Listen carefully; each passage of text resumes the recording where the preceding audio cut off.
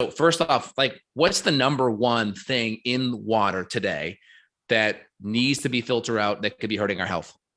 That's a great question. It depends on who you ask.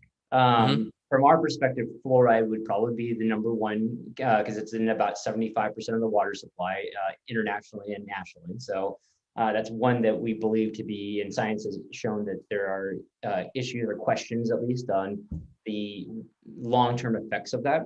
So typically when people are looking for like a water filter, they'll come about us. They'll say, I'm looking for best water pitcher that filters fluoride or heavy metals or whatever it is you look on the news and you say, oh, there was a contamination outbreak and there's lead in the pipes and it's in the water supply. That's where, good parents like us will go and say, okay, well, I need to find a solution to that. And that's where usually where people will find us is, oh, wow, clearly filtered. I think I've heard about them. If they hadn't heard of us, oh, that's pretty cool. So that's usually the start to the journey, is realizing that there's toxins in the water. And it's not oh, maybe, oh gosh, I wonder if it's a real thing. It's proven, scientific.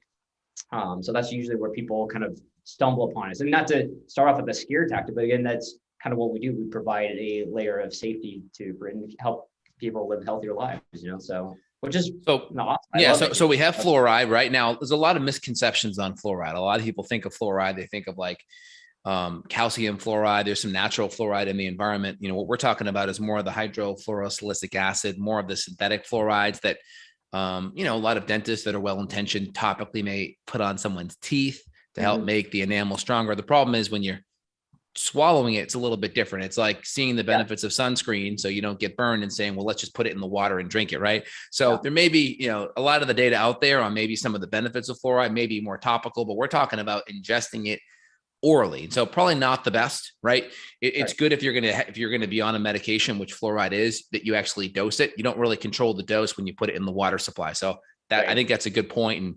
And keeping that out is beneficial. And there's a lot of studies, if you go on PubMed, in fluoride in the water supply and fluoride correlations affecting thyroid function going down and even IQ going down. So a lot of things there to kind of highlight from an implication standpoint. I hate going to the dentist, but last time you go to the dentist, they do the fluoride treatment. What do they tell you to do? They don't tell you to swallow it, right? They say, no, rinse your mouth out, right? It's like they go, okay, well, that makes sense. But then people realize that you had fluoride and stuff like chlorine being in the water, it may serve a purpose, but maybe not the purpose they intended it to do. So I think maybe good intentions, or at the time in the 1920s or 30s when they started fluoridating the water, it was because not everyone had great dental care and access to dental health, So again, the rationale for doing was much different. Well, and then it also depends on who you ask. But again, that was one of the main historical pinpoints why they started doing that. But as we know, doctors also used to recommend smoking for lung capacity too in the 1920s and 30s. And even sugar consumption as well. And anyone that has a kid that has like, your typical Colgate toothpaste, go look on the back of it, right? It says, pinky size amount. And then it says, if you swallow, call poison control. So, there's some understanding this stuff is harmful. And so it's always better to use a healthier toothpaste as well and get the fluoride out of your water. I think that's a good first step. Also, I think half of all cavities, I think in teenagers, are caused by dental fluorosis, meaning too much fluoride actually causing the enamel to almost crack.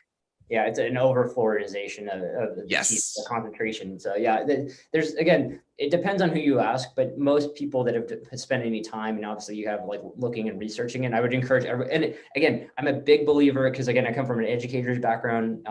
Again, I want everyone to do their own research, always like trust but verify. But the internet is a powerful place and there's a lot of things. And Justin and I were talking right before we went live. And I think the cool part about, living in the society that we have, and sometimes scary part, is the access to technology that you have at your fingertips on your iPhone. Stuff you can research, if you have trouble sleeping at night. It's like, there's a lot of information out there. So again, I like to encourage people, whatever, if it's, our brand or another brand, whatever, just do the research, find out what's in your water supply.